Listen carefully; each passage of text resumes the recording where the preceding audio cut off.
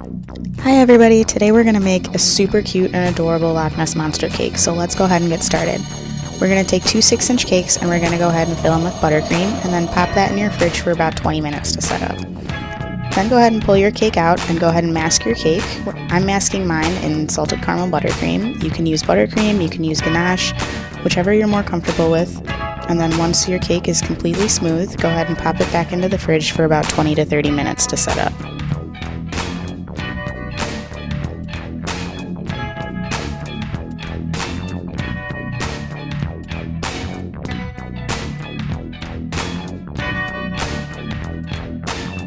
So while we're waiting for our cake to set up in the fridge, we're just going to go ahead and take a few different shades of blue, roll them into logs, put them together, and then roll that into a larger log.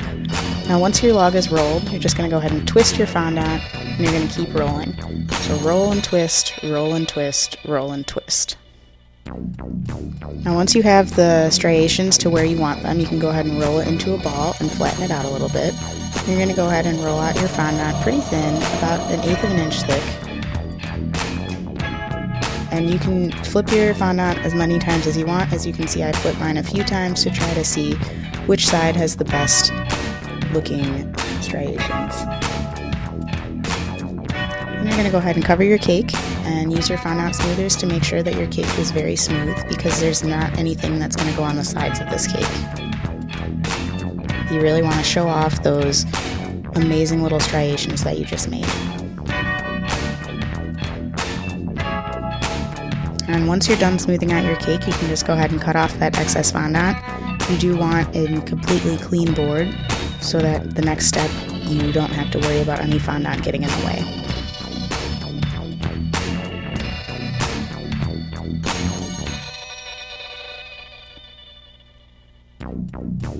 So now that our cake is totally done, we're going to go ahead and do the same technique that we did for the cake fondant. Roll some gray of different shades into logs, and then we're going to go ahead and cut tiny pieces up, and we're going to make some rocks to go along the edge. So you're basically just going to take all your different pieces that you cut of different sizes, crunch them up in your fingers, and stick them to the side of the cake with some Tylose Glue.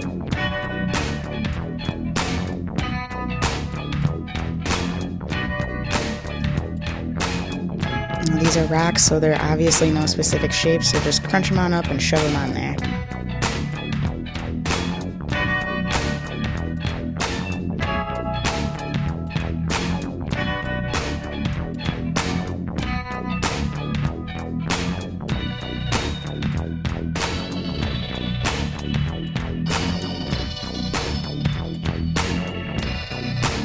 So now that we have our cake done, we're going to go ahead and work on the Loch Ness monster body. So first we're going to roll out a tapered log, and you're going to go ahead and cut that log at about 3 inches in length, and then you're going to take your tapered end and you're going to roll it in. You want this to be about 1.5 to 2 inches in length. You're going to stick a toothpick in the bottom, and then you're just going to put it into the left side of your cake. So now we're going to form the body, and for that you're going to roll out another log. You want it to be about 3/4 of an inch thick, and you want it to be about 4 inches in length. So we're going to roll and cut that, and then as soon as you do that, you're just going to form your body into an arch, and you're going to stick 2 toothpicks into your cake, and you're just going to stick that arched body right on top of those toothpicks.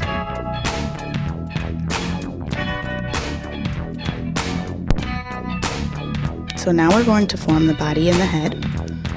So go ahead and roll out another log, but you're going to leave one end to be kind of large and bulbous and rounded.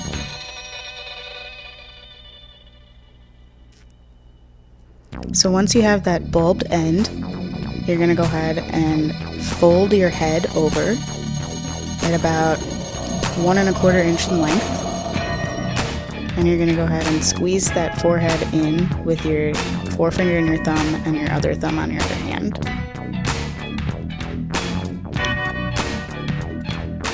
Now you want your body and your head to be about 3.5 inches tall. And for that, because it's so tall and we need the support, we're going to use a skewer in the bottom. So go ahead and stick your skewer right up into the neck, and then go ahead and stick it into the right side of your cake.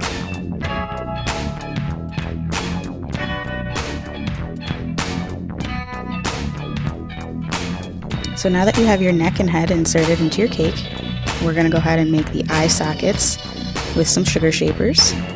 And you don't want them to be completely round. We're actually going to make them oval because our eyeballs are not round.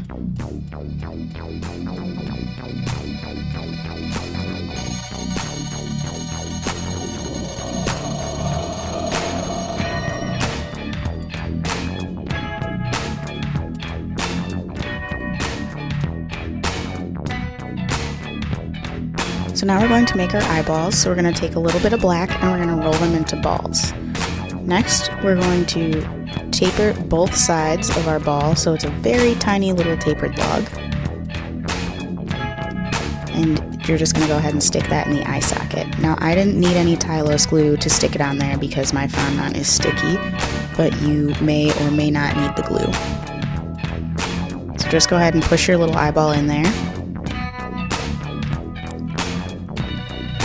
And go ahead and make your second one.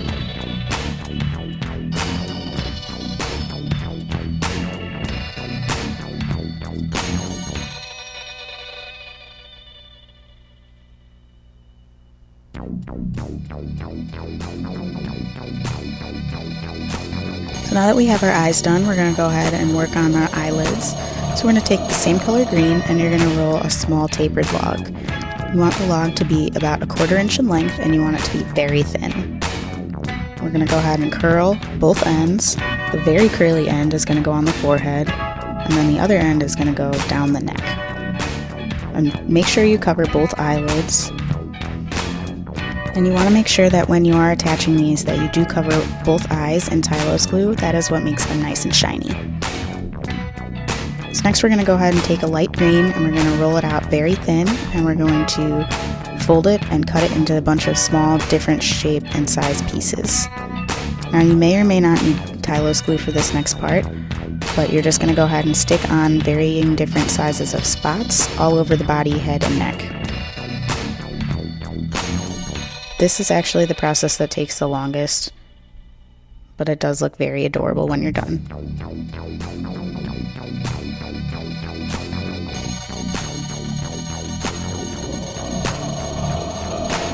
I like to concentrate my spots up on the top of the body and then also at the base.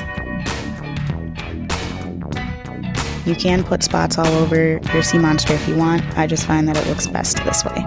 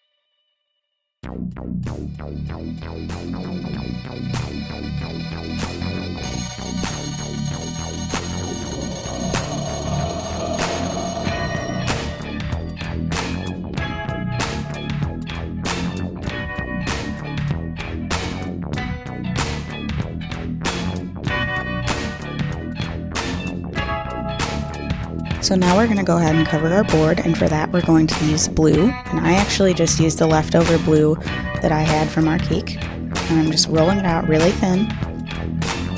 And then you're going to cut it with a little pizza cutter into a little wave. Now the next step is to take a ball tool and a foam pad and ball tool the edges of your wave. That's just so that it is a little thinner and it looks a little bit more natural. And then once you're done with that, we're just going to form it around our cake board.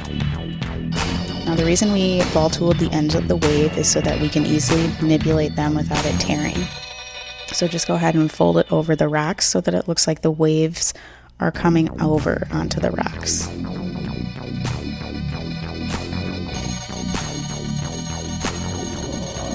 And then go ahead and cut off all your excess with a knife.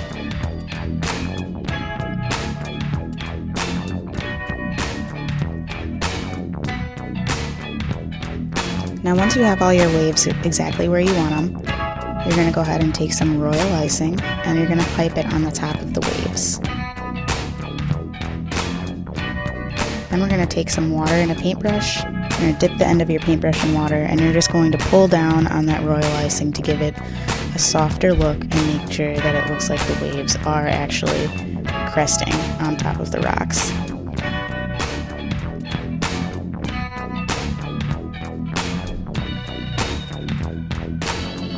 And you don't even have to use one giant piece of fondant like I did. You can actually do multiple waves, but it's just easier this way and it's faster.